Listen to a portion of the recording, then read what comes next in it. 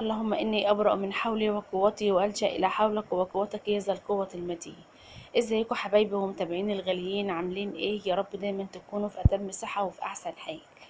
بأمر الله هنعمل مع بعض النهارده محشي، محشي بتنجان زي ما انتم شايفين كده، وهعمل معاكم بطايه حلوه كده، وهنعمل كمان صنف حلو، هنعمل جاتوه بأمر الله يعجبكم. جاتوه بالكريمه كده بالفانيليا، حاجه في منتهى الجمال بعد المحشي بقى ده.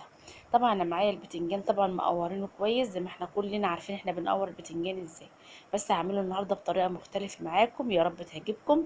طبعا احنا دايما كنا بنجيب البتنجان ده نقوره ونديله تحميره في الزيت كده او ندحرجه في الزيت زي ما بنقول. لا انا مش هعمل كده النهارده. انا حاطه حله على البوتاجاز اهي فيها ميه، اول ما الميه تغلي معايا نزلت بالبتنجان زي ما انتم شايفين كده. فايده الميه المغليه دي ايه؟ وهدي البتنجان دي غلوه واحده بس. اول حاجه هنزل اي مراره في البتنجان في قلب الميه مراره البتنجان تنزل في الميه. تاني حاجه، مش هيبقى معانا مجلد نهائي في الاكل، هتلاقي طعمه تحفه. جربوا الطريقه دي هتعجبك بامر الله. بصوا شايفين البتنجان عامله ازاي؟ ما شاء الله. لون البنفسجي، البتنجان البنفسجي جميل، والابيض زي ما انتم شايفينه اهوت. انا بديله غلوه واحده بس. وطبعا عامله خلطه المحشي زي ما عملناها كتير قبل كده مع بعض، صلصه المحشي ومعلقه على بطه كمان.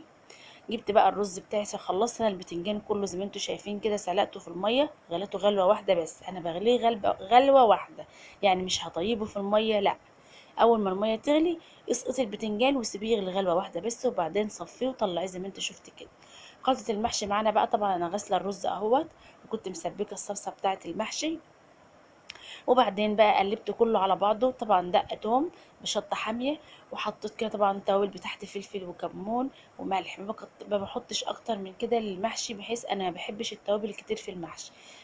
التوابل لما بتكون كتير في المحشي معايا بتغير طعمه. فانا عايزه احس بطعم المحشي كده، طعمه جميل زي ما احنا متعودين عليه، الطعم الاصلي للمحشي.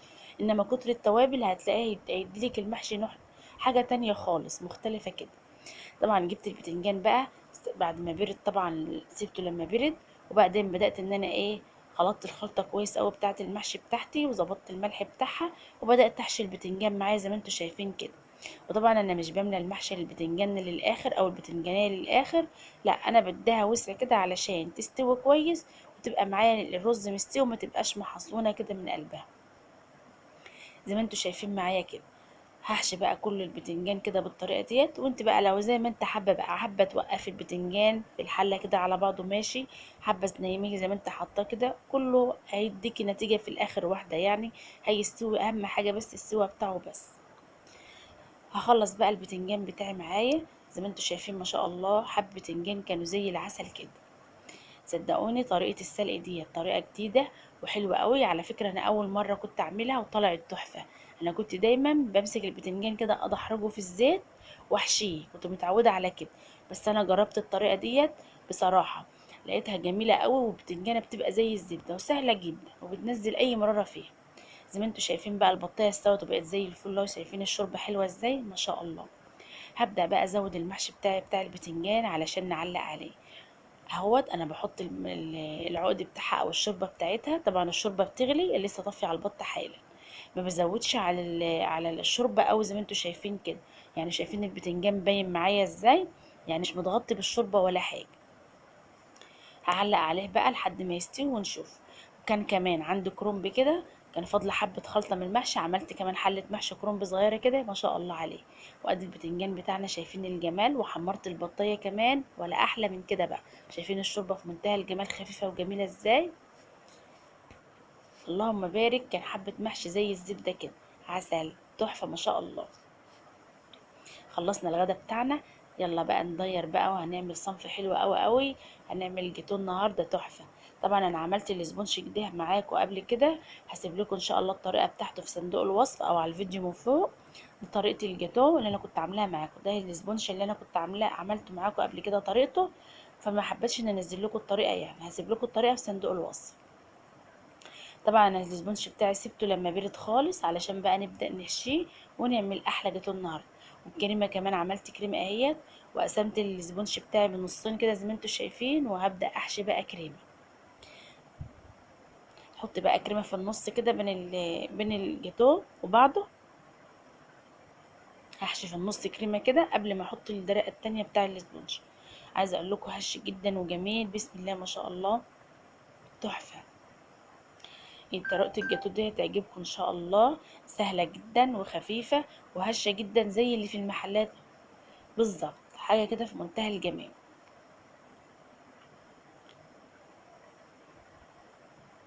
خلاص بقى انا كده حطيت كريمه، حطيت طبقه كريمه كويسه. هبدا بقى اشيل الطبقه التانية من الاسبونج بتاعي علشان احطها على الجاتو. شايفين هشه وخفيفه قد ايه، ما شاء الله عليها، اللهم بارك، زي العسل كده. طبعا وش الجاتو انا اتفقت معاكم، اي وش سبونج عندي تورته او حاجه بشيل الوش خالص، بحيث ان انا لما احط الكريمه ما تبقاش طبقه معجنه كده ولازقه، ما تبقاش مستحبه في الاكل نهائي. يعني انا شلت الوش بتاع الجاتو ده كده، تفردي بقى عليه الكريمه براحتك، ما تبقاش حته عاليه حته واطيه، زي ما انت حابه يعني تشيليه، بس هو المستحب انك تشيليه. لو انت مش حابه تشيليه سيبيه عادي، بس يعني لما تشيليه هتحسي بفرق. وبدأت برضو ان انا احط طبقة كريمة كويسة برضو على الوش كده، علشان خاطر نحطها اديلها طبقة كويسة من الكريم. يلا بقى لو لسه ما حطيتليش لايك حطلي لايك، انا بفكرك اهو. هبدأ بقى اسوي الجاتو بتاعي. طبعا ايه، هنشيل بقى الزيادات دي كده زي ما احنا شايفين مع بعض. بصوا بسم الله ما شاء الله، خفيف قد ايه، اللهم بارك، هش جدا وطري وخفيف، حاجة كده في منتهى الجمال. طبعا بين كل مره ومره لازم يا اما تغسلي تشطفي السكينه بتاعتك كده تحت الحنفيه، او بمناديل المطبخ تمسحيه، علشان بين كل تقطيعه وتقطيعه مش عايزين ايه نلحوس يعني الطروف وكده. اهو بصوا بقى الجمال، بسم الله ما شاء الله، شايفين الجاتوه خفيف وحلو ازاي، تحفه. عايزه اقول لكم ان الصينيه دي عملت لي كميه جاتوه حلوه قوي، انا عملت 15 قطعه جاتوه من الصينيه دي، حاجه كده في منتهى الجمال. وعايزه اقول لكم ان هو يعني السمك بتاعه او الارتفاع بتاعه كان كويس جدا، وهوريه لكم دلوقتي، حاجه كده زي الفل. بين كل مره ومره لازم امسح السكينه بتاعتي زي ما قلنا، علشان خاطر قطعه الجاتوه تبان معانا كده واضحه وحلوه، ما تبقاش متلحوسه من جوانب او كده.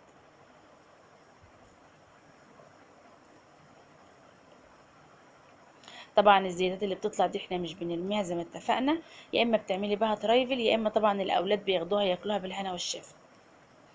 خلاص قطعت بقى كده اهوت. اهو بصوا عملت معايا 15 قطعه جاتوه زي ما انا قلت لكم. فاضله كريمه بقى معايا، حطيتها في كيس حلواني كده اللي عندي، وبعدين هبدا اعمل بها روزتات كده على كل قطعه من الجاتوه دي. هنبدا نزينه بقى. طبعا الزينه دي مش مشكله خالص، لو انت اهم حاجه الوصفه تكون معاكي مظبوطه وحلوه، وبعد كده عادي خالص الزينه دي انت وراحتك، كل واحد زي ما هو حابب، ما يتقيديش باي حاجه، اهم حاجه الوصفه تطلع معاكي مظبوطه. طبعا كان عندي كريز اهوت، حطيت منه زي ما انتوا شايفين كده، على كل روزتيه كده حطيت ايه كريزيه. انت لو جبت الكريز دوت، على فكره انا ما بحطش الكريزيه كلها، انا بقسم الكريز نصين، يعني الواحده بتكفيني قطعتين جاتوه زي ما انتوا شايفين كده، بيوفر معايا جدا وبيديني شكل حلو برضه. وطبعا برضه عندي إيه، عندي شوكولاته اللي هي البوبس الصغيره الالوان ديت اهيت، كريسب صغير كده، برضو حطيت منه كده كشكل كده يديني ايه، يكسر اللون ويديني شكل حلو وجمالي برضو على كل قطعه من الجاتوه كده. انت ممكن بقى تحطي شوكولاته مبشوره، ممكن تحطي بصي اي حاجه حابه تحطيها على الجاتوه حطي، يعني انت وذوقك بقى، او انت زي ما انت حابه. بصوا الجمال اهو، والله ولو فضل بالكريمه برضو كده هيبقى في منتهى الجمال. بص القطعه عامله ازاي حلوه، يعني الارتفاع بتاعها كويس، وشايفين الجاتوه في النص حلو والقطعه متساويه وجميله ازاي. ايه رايكم بقى في الجاتوه بتاعنا النهارده، حاجه كده في منتهى الجمال والله. عملت 15 قطعه جاتوه من كوبايتين ونص دقيق بس، زي ما قلت. إيه، في الطريقه دي سهله جدا والله، بدقيق عادي خالص، مش بدقيق سبونش ولا حاجه، بالدقيق العادي بتاعنا. شايفين الجمال، ولا احلى من كده بقى، تحفه. يا رب يكون الفيديو بتاعي عجبكم النهارده، وزي ما قلت لكم بقى ما تنسونيش في اللايك وفي الشير، وان شاء الله اللي ما اشتركش عندي في القناه يشترك علشان بامر الله يوصلكم مني كل جديد. عملت 15 قطعه جاتوه زي ما قلنا. يا رب يكون اليوم بتاعنا حلو النهارده وعجبكم. عملت احلى غدا كمان، وعملت لهم كمان ايه احلى جاتوه. اشوفكم في فيديو جديد، واشوفكم على خير، والسلام عليكم ورحمه الله وبركاته.